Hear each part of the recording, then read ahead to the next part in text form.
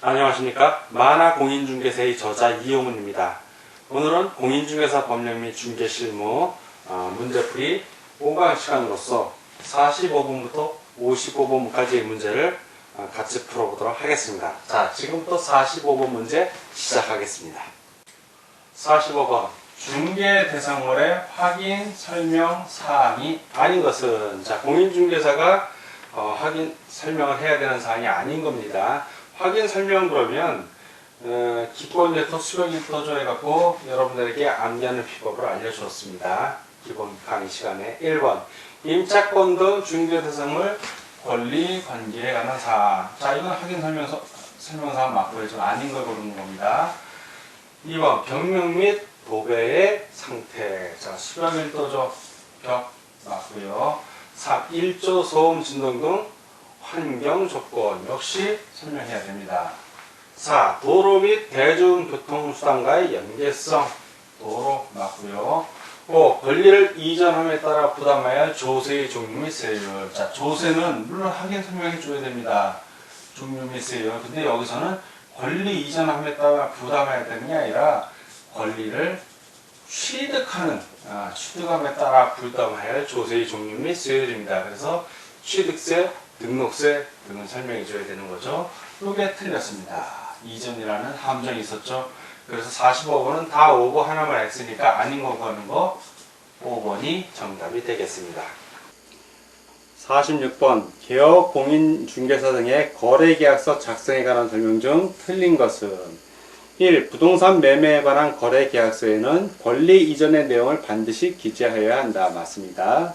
2. 개업 공인중개사는 중개가 완성되어 거래계약서가 작성된 경우에는 그 사본을 5년 동안 보존하여야 한다. 맞습니다. 3. 공인중개사 갑은 소속 공인중개사로서 중개 업무를 수행하면서 거래계약서에 거래금액을 거짓으로 기재하여 방해도지사로부터 과태료 처분을 받았다. 과태료 처분 아니죠. 이것은 자격정지 처분입니다. 자격정지. 그래서 X. 거짓 또는 이중 거래계약서를 작성하는 경우에 개업공인중개사는 등록관청으로부터 임의적 등록 취소 또는 업무 정지 처분을 받을 수 있습니다. 그리고 소속공인중개사, 지금은 소속공인중개사잖아요. 소속공인중개사는 시도지사로부터 자격정지 처분을 받을 수 있습니다. 그래서 3번은 X. 4. 법인인 개업공인중개사의 분사무소에서 거래계약서를 작성하는 경우에는 분사무소의 등록인장을 날인하여야 한다. 맞습니다. 5. 개업공인중개사는 서로 다른 둘 이상의 거래계약서를 작성하여서는 아니 된다. 맞습니다. 다 오고 하나만 X, 틀린 것을 고르니까 46번은 3번이 정답이 되겠습니다. 47번 부동산 거래가격 검증체계의 구축 및 운영 주체는, 이건 알면 맞추고 모르면 틀리는 문제입니다. 답은 그냥 국토교통부 장관입니다. 부동산 거래 신고 등에 관한 법률 제5조 신고 내용의 검증 등이 나온 부분입니다. 그래서 국토교통부 장관은 해갖고 마지막에 부동산 거래가격 검증체계를 구축 운영해야 한다라고 규정되어 있습니다.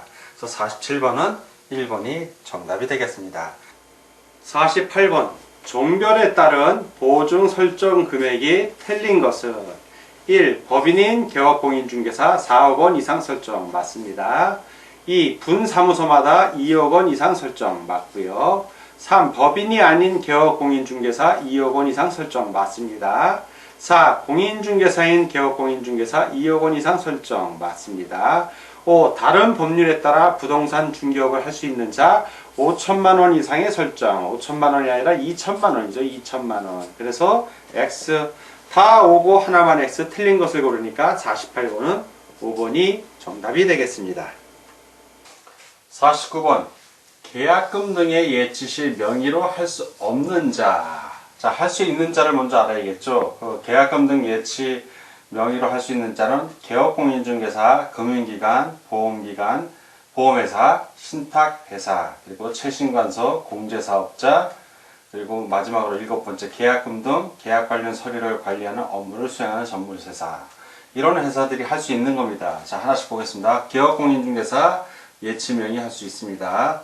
2번 금융기관 역시 예치명의 할 수 있고요. 3. 보험회사 예치명의 할 수 있습니다. 4. 공제사업자도 예치명의 할 수 있습니다. 5. 공탁기관은 해당이 없습니다. 이거 공탁기관은 업무 보증 설정할 때 그 금액을 예치할 수 있는 곳이지 계약금 등에 예치할 수 있는 곳은 아닙니다. 다 오고 하나만 X 49번은 5번이 정답이 되겠습니다. 50번 중개 보수에 대한 설명 중 맞는 것은 1. 개업 공인중개사는 중개계약이 체결되면 보수에 관한 약정이 없으면 중개보수 청구권이 인정되지 않는다.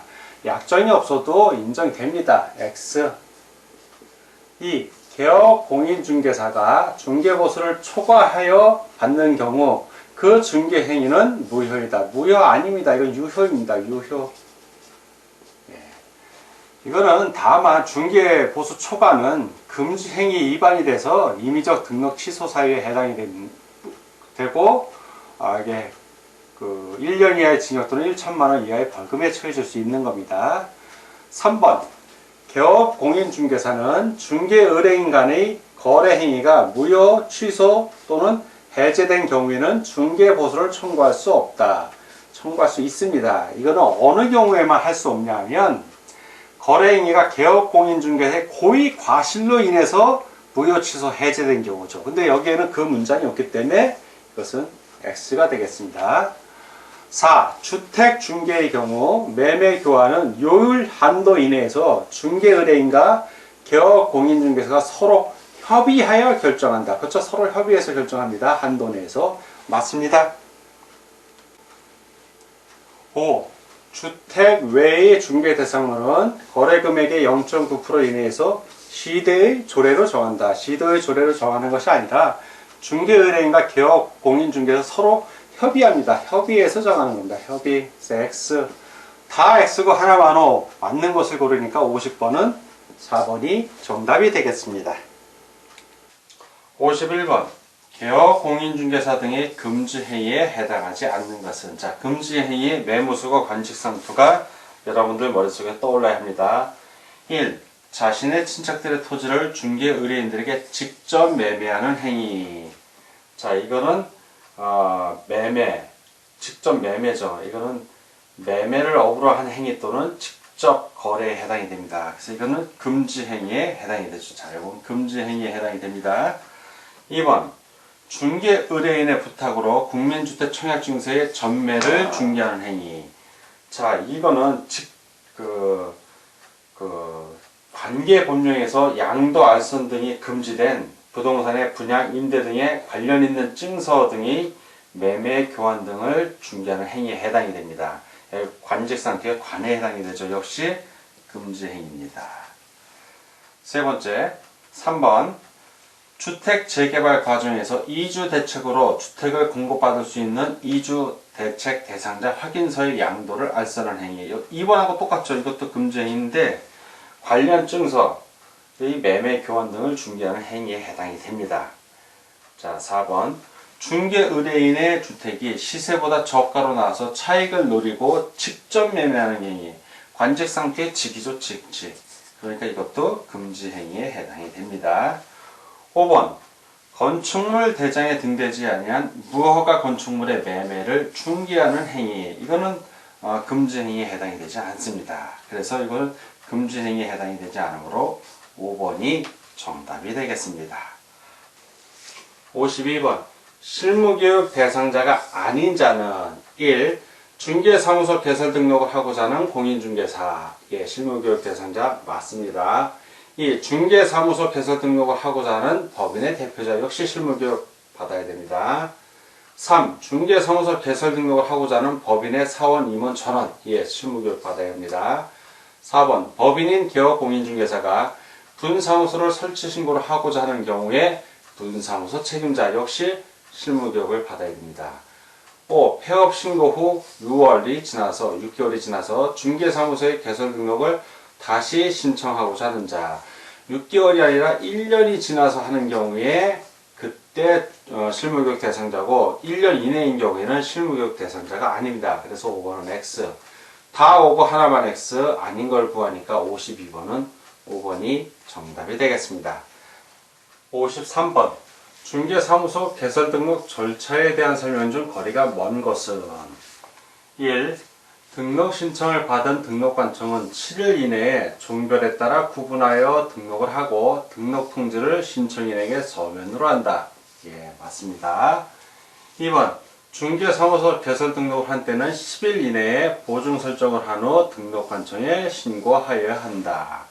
자, 이 10일 이내가 틀려졌죠? 10일 이내에 하는 것이 아니라 개설 등록을 한 때는 등록 통지 후 업무 개시 전입니다. 업무 개시 전. 자, 그래서 이것은 X. 3번 등록관청은 등록증 교부 전에 손해배상 책임을 보장하기 위한 보증의 설정 여부를 확인한 후 개업 공인중개사에게 교부해야 한다. 그래서 등록증 교부는 이렇게 합니다. 맞습니다. 4번 등록관청이 등록증을 교부한 때에는 그 등록사항을 다음 달 10일까지 공인중개사협회에 통보하여야 한다. 맞습니다. 5번 개업 공인중개사는 등록증 교부 전에는 원칙적으로 중개 업무를 할 수 없다. 맞습니다. 다 오고 하나만 X. 거리가 먼 것이니까 53번은 2번이 정답이 되겠습니다.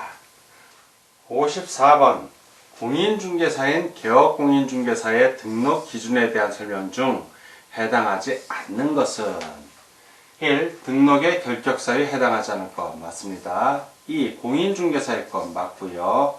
3. 신청일 전 1년 이내에 실무교육을 수료할 것. 맞습니다. 4번 건축물 대장에 기재된 건물의 중개사무소를 확보할 것. 맞습니다. 5. 손해배상 책임을 보장하기 위한 보증을 설정할 것. 이 보증 설정은 등록 기준이 아니라 그냥 확인 사항입니다. 등록관청이 확인해야 될 사항입니다. 그러니까 등록 후에 등록증 교부할 때 확인한 사항이지 등록 기준은 아니다라는 걸 기억해 두십시오. 그래서 X. 다 오고 하나만 X. 않는 걸 고르니까 54번은 5번이 정답이 되겠습니다. 55번 법인인 개업 공인중개사의 등록 기준에 대한 설명 중 해당하지 않는 것은 1. 법인의 사원 또는 임원이 등록의 결격사유에 해당하지 않을 것. 맞습니다. 2. 자본금 5천만 원 이상의 상법상 회사 또는 협동조합 기본법에 따른 협동조합, 사회적 협동조합은 제외한다. 일 것. 맞습니다. 3. 중개업과 공인중개사법 제14조에 규정된 업무만을 영위할 목적으로 설립될 것. 맞습니다. 4. 대표자가 공인중개사이어야 하며 대표자를 제외한 임원 또는 사원의 과반수가 공인중개사일 것. 과반수가 아니라 3분의 1 이상이 공인중개사일 것입니다. X. 5. 대표자, 사원 또는 임원의 전원이 분사무소의 책임자가 전원 및 분사무소의 책임자가 실무교육을 받았을 것. 맞습니다. 다 오고 하나만 X. 해당하지 않는 것을 고르니까 55번은 4번이 정답이 되겠습니다. 자, 지금까지 공인중개사 법령 및 중개실무 문제풀이 5강 시간이었고 45번부터 55번 문제까지 함께 풀어봤습니다. 오늘 함께 문제 푸느라고 수고 많으셨습니다. 다음 시간에 뵙겠습니다. 감사합니다.